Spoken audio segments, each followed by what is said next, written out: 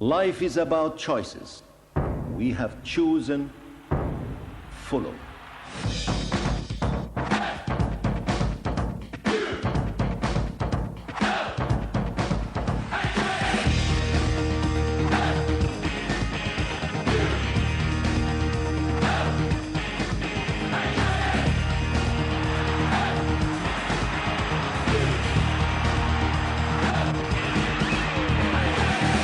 London calling. We are FFC. We've got 3 points, you've got none. Ha ha ha he he. Ha ha ha ha ha ha ha ha ha he he. Ha ha ha ha ha ha ha ha ha he he.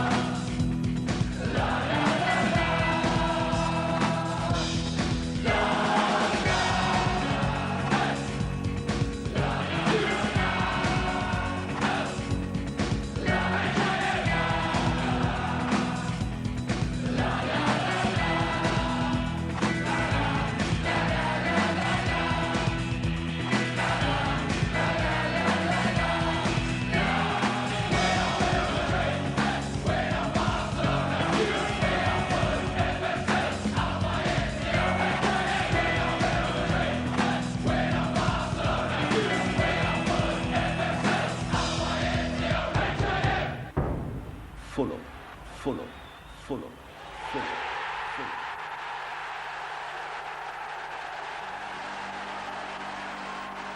Stylish, slick, classy, determined, confident, professional. The list of adjectives that apply to Fulham's demolition of Division 1 could go on.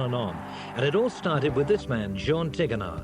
Fulham's new manager had no experience of English football, let alone the nuts and bolts of Division 1. The bookies certainly didn't have Fulham down as favourites, and yet by March, they paid out.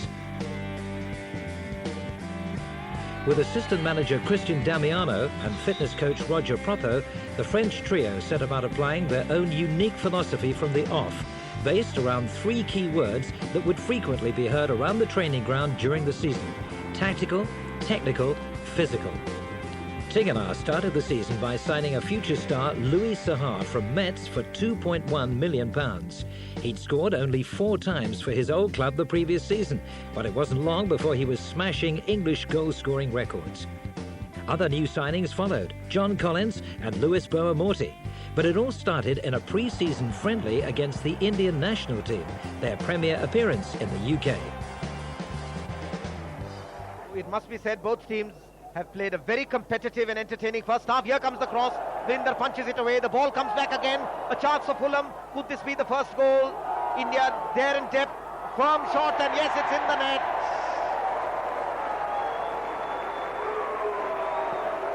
And it's Fulham 1, India 0. And so we have 3 World Cup players on the field for Fulham. And here's the chance for Fulham again. Barinder Singh on his own, and this should be goal number 2, and it is. Fulham's season started on a sun-soaked day at Craven Cottage, and it was apparent from the off that things were going to be very different. Despite being linked with every player and his dog over the summer, the Fulham team still contained 8 of the regulars from Paul Bracewell's era. Although most of the faces were the same, it was the system that was markedly different, as the rigid 5-3-2 of old was replaced by a more fluid 4-4-2. That's not a good cross by Steve Finnan. Goal back now. under pressure from 2 or 3 Crew players, but he's still found Sahar, and he's got the ball back again, goal back. Chance now for Lee Clark. Bends it back, surely for Hales. It is for Barry Hales. He's only been on 5 or 6 minutes. Goldbeck and Clark were the men who set him up. But Hales has done what so many before him have failed to do. And he's given Fulham the lead. 18 minutes into the second half. And Fulham have their first goal of the season. New arrival Louis Sahar, whose goal tally at Metz the season before was a meagre 4, had the doubters in full chorus. But then they saw him play. It will be now if Sahar can put this away. It probably is over. Louis Sahar on his home debut, £2.1 million. And that's what the fans want to see. The ball was absolutely superb, but really Sahar's pace was electric and the finish was as cool as ice. And so too St Andrews for what is still regarded by many as the performance of the season. As Jeff Horsfield lined up against his former teammates, Fulham obliterated the Blues with confidence and conviction. Hales, that's a nice layoff to Lee Clark. Danger here for Birmingham, and Hales just couldn't get under control. It's come off Bennett's body. Collins, 42 seconds is all it's taken for Fulham to grab the lead. And Collins took that with all the coolness of an established international footballer. It really was poor defending by Birmingham. So much space for Clark and then Hales. And Collins, cool as you like, 1-0. Must be delighted with what he's seen so far. His team are well on top. It's his purse. That's a bit short. And Louis Sahar is clean through here. Should be 2-0, and it is. And Fulham in complete command, and that was all of Birmingham's own making. Darren Purse's pass, and Sahar, to give him credit, was alert to it. They desperately need something back here before half-time, Birmingham City. Here's Peter Unluck. Plenty blue shirts forward, and there's 2 of them unmarked here, and it might come to Sonner, and they have got one back. Danny Sonner, his first goal for the Blues in the final minute of the first half, and Davies has had a go, and he scored! And Birmingham were caught cold there. I'm sure they weren't ready. The keeper, Ian Bennett, was trying to organise his wall, and he was caught flat-footed, and his team are 2 goals down again. In a moment of post-match humility, City manager Trevor Francis declared Fulham were the best away side he'd seen in his 5 years at St Andrews. With 11 changes made from the side that had beaten Birmingham, Tigana made it startlingly clear where his priorities lay. It was veteran Northampton striker Marco Gabbiadini who ensured a frustrated Fulham went into the second leg a goal down. As the chairman announced an unprecedented move to subsidise transport to away fixtures, Tigana's men were quick to put their midweek cup defeat behind them. Nice interception there, though, by Kevin Cooper, but Fulham win out. Hales to Sahar, back to Hales, bursting into the box, pass to Hales. It's there! Well, we didn't waste much time at St Andrews. We've given it a couple of minutes or so here at the cottage today. Fulham 1, Stockport County 0. Barry Hales, his second of the season. He started the move, a neat 1-2 with Louis Sahar, and Barry Hales slots home. 1-0 to the Whites. A real test of their mettle now for Stockport, who come forward swiftly themselves. Dinning, right-hand side, crosses into the box. There's the 7, and it's 1-1. It's Kevin Cooper. Like many other sides to come, Stockport buckled under the relentless pressure, constant bombardment and superior fitness of Tigana's Fulham. As we approach the hour mark at Craven Cottage, Fulham desperate for that second goal. John Collins left foot. It's there! How to take a set piece with style. Lesson 1, John Collins, who just dusts down that left boot. The Scots' second successive goal in successive games, of course. Confidently curled round the county wall, past Jones, 2-1 Fulham. Sean Davis. Barry Hales. Still Hales. Good touch, good goal!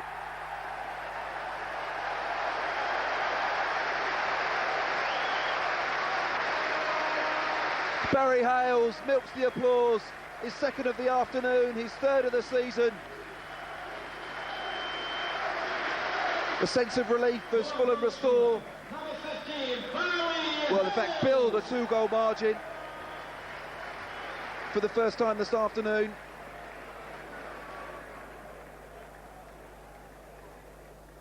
Collins, Fernandes, Clark, there's still time. Boamorte, finish. Left foot, 4-1.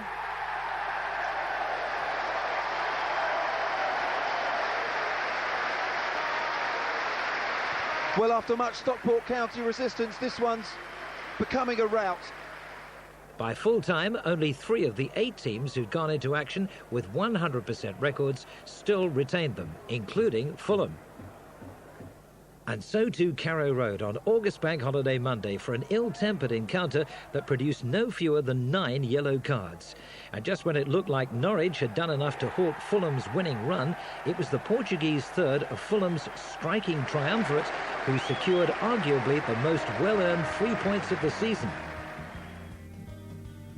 As August drew to a close, Jean Tiganar's first taste of English football couldn't have been sweeter. With Fulham still unbeaten in the league, he was named as Nationwide Manager of the Month, while his charge, John Collins, picked up both the Nationwide and Evening Standard Player of the Month awards. A goal down from the away leg, Fulham were quick to reverse the arrears, despite the visitors taking a shock early lead. Clips it into the box, and it's there!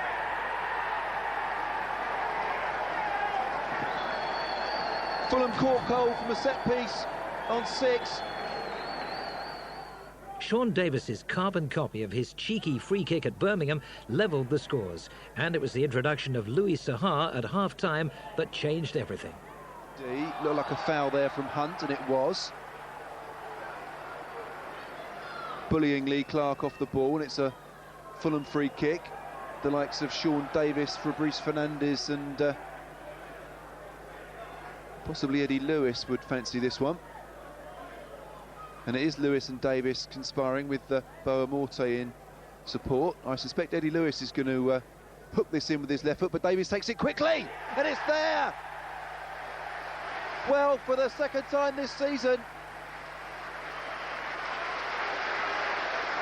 cheeky opportunism from Shawnee Davis. He did it at St Andrews in the first away league game of the season, and he's done it in this Worthington Cup first round, second leg beautifully. Saw a gap and filled it. 1-1. Fulham back in with it, with a shout in this one. Boamorte now, bearing down on the Northampton goal with Lee Clark in support. Boamorte opts for Fernandes just outside the D. Fernandes for Fulham, left foot shot, lovely effort from Fernandes. Oh, that's a fantastic goal. Now that's the goal of the season so far. From the left foot of young Frenchman Fabrice Fernandes on 56 minutes, puts Fulham back in front. It was Boamorte who fed him on the edge of the box, and Fernandes, cultured left foot, gorgeous, clipped, chip beyond Welch. Fulham there will be half an hour of extra time. 2-1 ahead. If it remains the same, there'll be extra time and Northampton will go through, but Fulham surely with the advantage now. Forward from Nilsson. Fernandes, the goal scorer of the second Fulham goal. Pick of the bunch at the Cottage so far this season.